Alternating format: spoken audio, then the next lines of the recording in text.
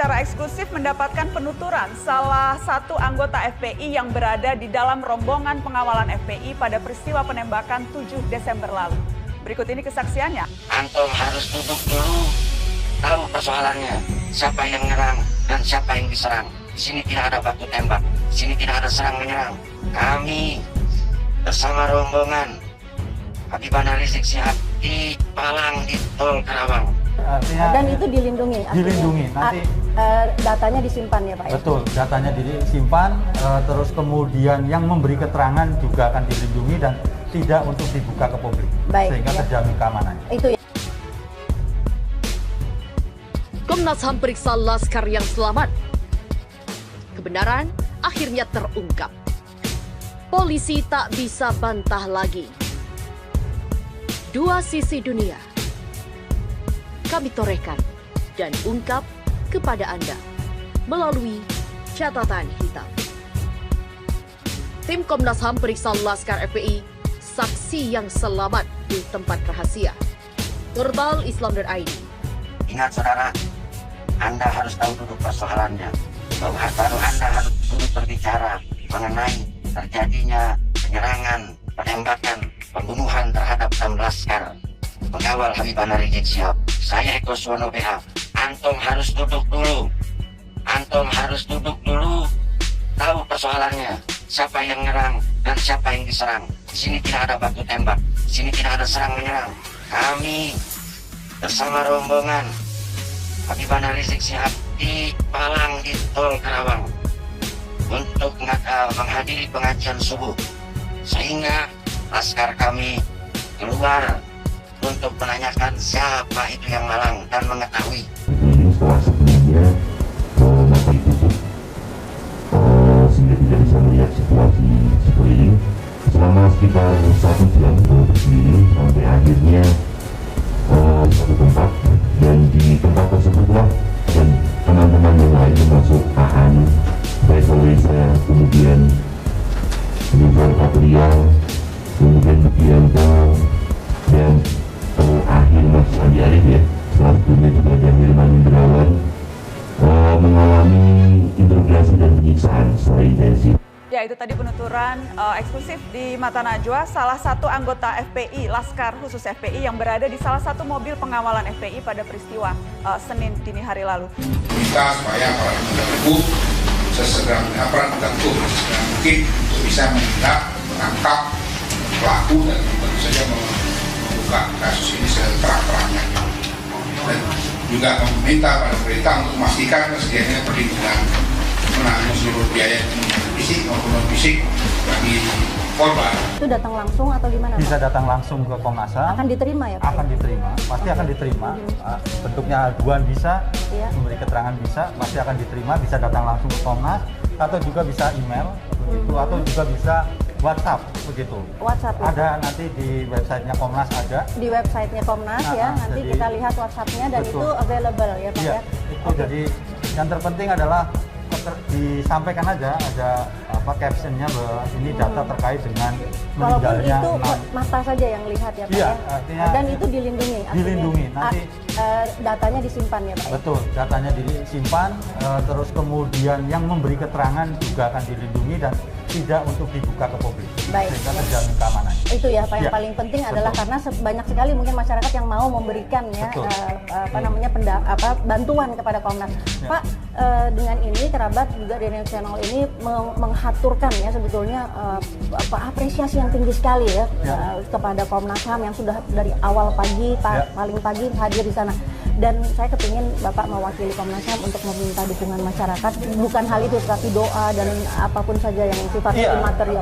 Oke, terima kasih. Saya kira dalam kesempatan yang baik ini saya ingin menyampaikan terima kasih juga apresiasi kami kepada seluruh masyarakat itu atas bantuan dan partisipasinya dalam bentuk apapun, dalam bentuk doa, terus kemudian dukungan data atau kemudian keterangan yang itu bisa memperjelas konstruksi peristiwa yang ada. Kami mohon dukungan doa, itu terus juga dukungan yang lain silakan saja datang ke Komnas sehingga kami bisa dengan segera menyelesaikan penyelidikan kasus ini dan membuat terang apa yang sebenarnya terjadi di kasus ini.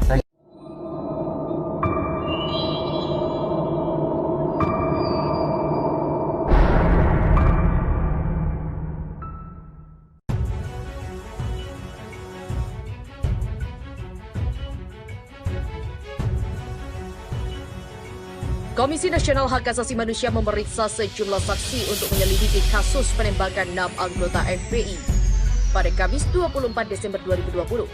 Ada 2 unsur saksi yang diperiksa, yaitu anggota polisi dan anggota FPI.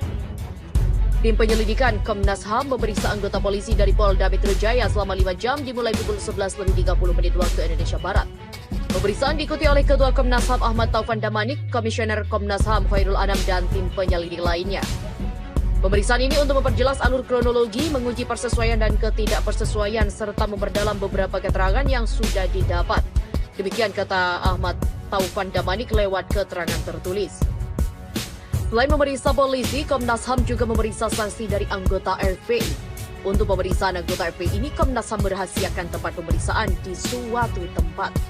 Seperti diketahui, ada 2 mobil Laskar FPI yang terlibat insiden dengan polisi yang membuntuti 1 mobil lolos, sedang mobil satunya Chevrolet Spin yang ditumpangi 6 Laskar FPI akhirnya semua tewas. Pada tayangan Mata Najwa, Kamis 17 Desember lalu, salah satu anggota Laskar FPI yang selamat saat mengawal Habib Rizik menuturkan kesaksiannya terkait dengan penembakan yang terjadi di Tol Jakarta Cikampek pada Senin 7 Desember 2020. Secara eksklusif, Mata Najwa mendapatkan penuturan dari salah satu anggota Laskar FPI yang berada di rombongan FPI pada peristiwa penembakan. Hal ini pun tak luput dari pandangan netizen di laman akun Twitter @safemuslim1. 6 Laskar FPI tewas di DOR. Pakar hukum pidana mengatakan eksekutor bisa diancam hukuman mati. @gelora.co. Di mana hal ini di-retweet sebanyak 544 dan dikutip sebanyak 30 kali, sementara mendapatkan like sebanyak 1.538. Selain itu, ada pula komentar dari netizen seperti akun dari Wal Suparmo. Alat negara dalam menjaga keamanan sah menembak mati pengacau walaupun ia Laskar FPI pun sekali. Kemudian Safe Muslim membalas postingan tersebut. Otak lu somplak. Imut, mengapa nama-nama eksekutor tidak dipublikasikan padahal mereka mengaku korban? Korban selamat tanpa lecet, pelaku 6 Laskar FPI mati dibantai, ngeri nih. Wah, ngebolak-balik dah pokoknya. Negeriku dirusak bangsa-bangsa, eksekutor doang. Lah, aktor inteleknya yang nyuruh, yang ngasih perintah. Buset, enak bener. Eksekutor dilaknat dunia akhirat, kata Artrip. Sementara kita beralih pada akun Truno Bangkir yang mengatakan, gaungkan dan viralkan, angkat terus kasus pembantaian pembunuhan terhadap syuhada 6 Laskar FPI. Seret pelaku dan juga dalangnya proses hukum. Apapun isunya yang beredar, usut tuntas pembunuhan 6 Laskar FPI, harus fokus. Sekalipun rest area kilometer 50 telah ditutup selamanya, di mana postingan ini juga disertai dengan foto dari ke-6 Laskar FPI yang tewas. Sementara itu Panglima Nayan, untuk sang dalang, hukum apa yang cocok ya? Dihukum mati juga ataukah diserahkan kepada masyarakat untuk dihukum? Maunya lempar ke dalam kerumunan buaya nih, kata @safemuslim. Kemudian Darmadi, semua yang terlibat itu harusnya dihukum mati, baik eksekutor, otaknya, oknum aparat, dan pejabat pelindungnya, siapapun yang terlibat. Ini sangat sadis dan biadab. Hanya PKI atau mafia kakap nih yang mampu sesadis dan sebiadab itu. Eksekutor saja bisa dihukum mati, jadi aktornya dihukum apa ya? Kata akun Nawawi. Daripada Elf dan sang pejuang, Kapoldanya dan yang lain tuh gimana? Harusnya lebih berat hukumannya, kan dalang itu seperti yang menentukan, berbeda dengan wayangnya. Ya, sebaik-baiknya makar hanya Allah lah yang maha makar. Maka tunjukkanlah ya Rob siapa aktor intelektual dan eksekutornya sesegera. Hamba hanya berdoa kepadamu, segera permohonan hamba kabulkan, amin. Begitulah kata Arsya. Kemudian Ana WS, jika hukum benar-benar ditegakkan oleh para penegak hukum yang berani dan jujur dan juga adil nih, harusnya semuanya akan terungkap. 6 Laskar FPI tewas di DOR. Pakar hukum pidana mengatakan eksekutor bisa diancam hukuman mati. Laknatullah untuk para eksekutor. Nyaman di bumi, terlaknat di akhirat.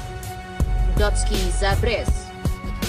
Kemudian Andre Fauci, polisi petugas negara dilindungi undang-undang, kata Bapak Presiden. Jangan ngarep dihukum mati, paling skorsing aja itu boleh. Hanya malaikat Israel aja nih ntar yang bisa yang tidak bisa dihalangin kalau mau cabut nyawa tuh petugas-petugas yang busuk tuh, yang udah membunuh 6 manusia tak berdosa. Paham? @jc@divhumas_polri. Eksekutornya aja bisa dihukum mati, apalagi atasannya. Mungkin ya terlebih lagi juga dalangnya, kata Marbawi Guji. Bolia dong, Jack Daniel, algoritma dan juga keripik-keripik. Pelaku atau penembaknya tuh di mana? Kata Komnas HAM mau ketemu langsung sama penembak. Wah, seret aja deh ke Mahkamah Internasional.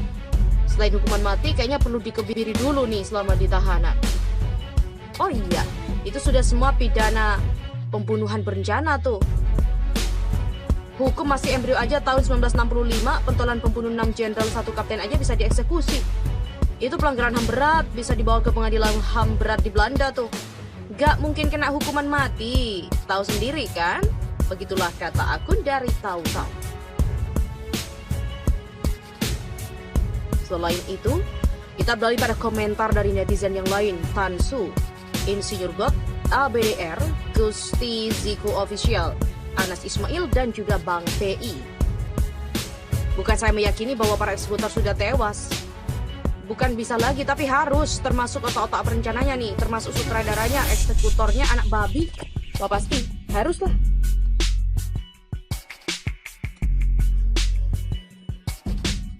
Sementara, jika melihat pada komentar yang lain, semuanya mengatakan kata amin. Semoga semuanya akan segera terungkap. Demikianlah tanggapan dari netizen terkait hal ini.